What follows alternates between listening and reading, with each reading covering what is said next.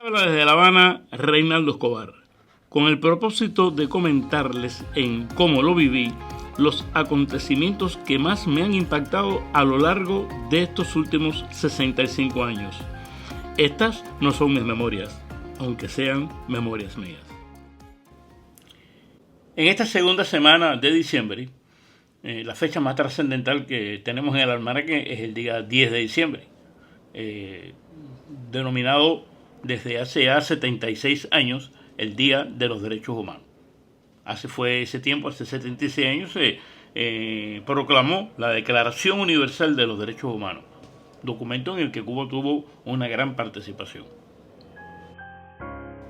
Esta fecha empezó a celebrarse con más intensidad en Cuba a partir de que existían grupos de oposición al gobierno que empezaron a darle importancia a esta celebración de los derechos humanos. Pero la celebración misma de la fecha tiene un marco importante el 10 de diciembre del año 2004, cuando el doctor Darcy Ferrer, junto a unas decenas de opositores, salieron a las calles con pancartas a reclamar los derechos humanos de los cubanos. Ya después del 2006, esto se hizo una convocatoria. El propio Darcy Ferrer hizo una convocatoria para acudir a un parque en El Vedado, el parque Villalón, que está en la confluencia de las calles Calzada y C. Y cada vez que se hacía esta convocatoria, pues eran reprimidos los que participaban ahí para celebrar esta fecha. Hubo actos de repudio de todo tipo, llevaron incluso niños ahí a manifestarse en contra de los opositores. Incluso hay una grabación, lamentablemente no la tengo, creo que es en una de estas actividades donde hay un señor que grita con mucha fuerza revolucionaria: ¡abajo los derechos humanos! ¡Abajo los derechos humanos! Para impedir o para dificultar que se realicen este tipo de manifestaciones, la práctica que ha venido llevando a cabo la dictadura en los últimos años es colocar vigilancia en la cercanía o incluso en las puertas de los edificios, de las viviendas, de los opositores, de los activistas, de los periodistas independientes, y sencillamente no se le permite salir a la calle ese día porque es el Día de los Derechos Humanos. Sí, eso lo he vivido, yo como lo viví, claro, aquí en mi edificio, en Nuevo Vedado, en mi edificio yugoslavo de 14 pisos, he tenido ese tipo de vigilancia. Recuerdo que un día salí a toda velocidad sin recordarme que era el Día de los Derechos Humanos a botar la basura. Y salí tan rápido que no le di tiempo al joven que estaba cumpliendo la misión de impedirme salir, no le di tiempo a detenerme. Y me cayó atrás. Óigame, usted ni sabía mi nombre. Hasta que finalmente, me dijo que yo no podía salir porque era el Día de los Derechos Humanos. No tuve ni siquiera una discusión con él, porque para qué. Entonces tuvo la amabilidad de acompañarme hasta el basurero a botar la basura. Eso me pasó más de una vez a mí, a mi esposa, a Giovanni Sánchez, a mi hija, Luz Escobar, que cada día 10 de diciembre le ponía una vigilancia, y eso trajo como consecuencia que mi nieta, Paula Cantelli, su cumpleaños es el 9 de diciembre. Y a veces ponían al seguroso a cuidar en el edificio en horas de la noche, en la víspera. Y eso realmente molestaba mucho a mi hija y a mi nieta porque no podían prácticamente celebrar su cumpleaños, no podían salir a celebrarlo. Incluso los amiguitos, las amiguitas no iban a la casa porque ahí hay una vigilancia. Bueno, mi nieta cumplió 15 años el pasado lunes y lo celebró en libertad en Madrid. Esta cuestión de los derechos humanos ha traído como consecuencia que hay una especie de identificación generalizada, incorrecta también, de cualquier persona que sea opositor, bibliotecario independiente, periodista, activista de LGBTI, cualquier manifestación que no esté dentro de los cánones del gobierno. La gente suele decir: fulanito, no, ese es de los derechos humanos. Lo más cercano que tenido que ver con eso participé en un libro que se publicó el año pasado con motivo del 75 aniversario de la Declaración de Derechos Humanos. Esto fue una iniciativa de CADAL, el Centro para la Apertura y el Desarrollo de América Latina, Y allí tuve la oportunidad de publicar un texto donde me dedico especialmente a relatar cuáles son los artículos, los 30 artículos que tiene la Declaración de Derechos Humanos, cuáles son los que se incumplen o se incumplen en mayor o menor medida en Cuba.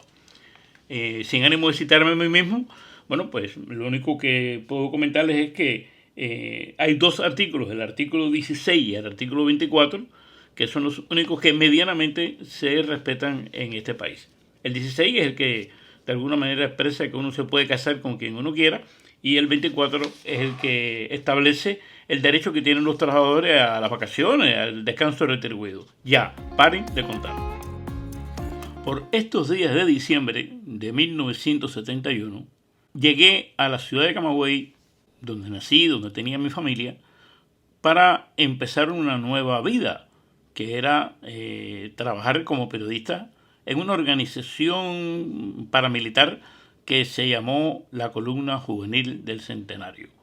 Organización que luego se transformó en lo que es hoy el Ejército Juvenil del Trabajo. Allí fui en condición de sancionado, porque después de haber pasado mis estudios universitarios en la Escuela de Periodismo de la Universidad de La Habana, allí se hizo un proceso de purificación revolucionaria en la que fuimos sancionados varios estudiantes.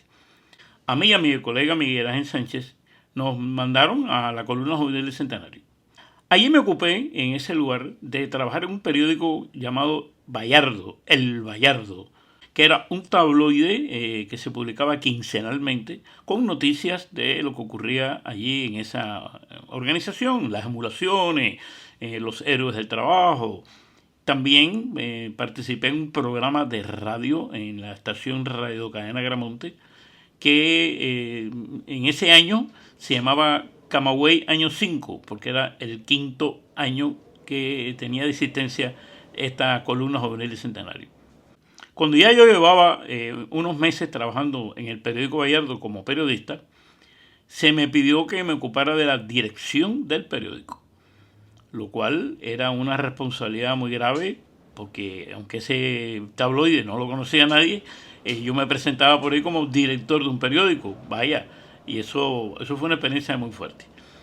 Mis obligaciones como director era velar porque el periódico se imprimiera y que no hubiera ninguna pifia allí. Así que fue mi primera experiencia al frente de la redacción de un medio de prensa. Aunque la sanción motivada por mis problemas ideológicos en la Universidad de La Habana era por un año, yo permanecí año y medio en la Columna Juvenil del Centenario, porque no había un relevo en el momento que yo había terminado mi compromiso y me pidieron que estuviera 6 meses más. Y como parte de este trabajo de periodista allí en esa institución, conocí a hombres jóvenes muy trabajadores, gente admirable, individuos que trabajaban 10, 12 horas en una jornada en el campo, cortando caña, además, que no es cualquier cosa. Y mi trabajo, mi obligación, cosa en la que yo creía, era fomentar este tipo de ser humano desprendido, que no trabajaba por interés, sino por amor a la revolución.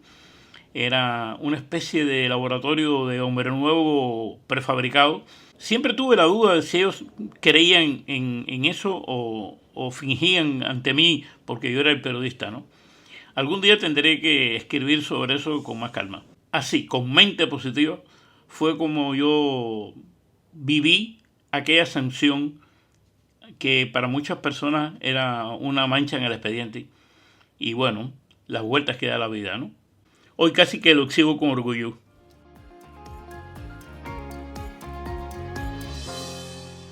Así me despido, esperando encontrarme con ustedes aquí en Como lo viví cada viernes de este 2024.